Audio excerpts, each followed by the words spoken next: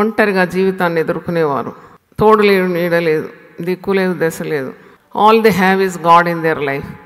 వాళ్ళకి ఏముంది, ఆస్తిపాస్తులు కూడా లేవు. వాళ్ళు ఆదరించేవారు లేరు, వాళ్ళ సమస్యలు అర్థం చేసుకునేవారు లేరు. వాళ్ళకు ఒక తోడు ఉన్నా కానీ పట్టించుకొని భర్తలు ఉంటారు. కొన్నిసార్లు పెళ్లి పీటల మీద చేసుకున్న ప్రమాణాలన్నీ మర్చిపోయి వారిని ఒంటరిగా వదిలి వెళ్ళిపోతారు.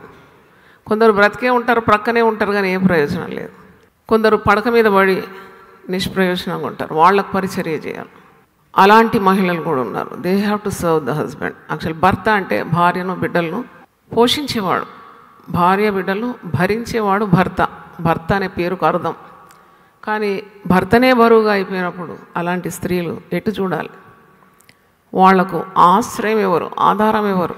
కొందరు భర్తలు అస్తమానం భేదిస్తారు, రోట్లో చింతకాయలు కొట్టినట్టు కొడుతూ ఉంటారు. కొట్టి కొట్టి వారిని అనారోగ్య పాలు చేస్తారు.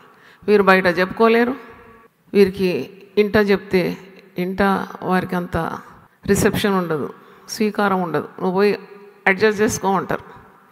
నీ బ్రతుకు నువ్వు బ్రతుకు, మా కుటుంబం పేరు పాడు చేయొద్దు అంటారు. అత్తగారింట్లో, పుట్టినింట్లో, మెట్టినింట్లో ఎక్కడ ఆధారం లేకుండా.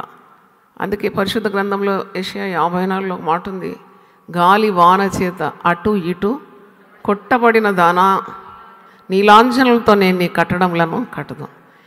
మీరు అనుకుంటారు ఎలా సాధ్యమని, కానీ దేవుని యందు నమ్మకం ఇచ్చే వారికి సమస్తము సాధ్యమే.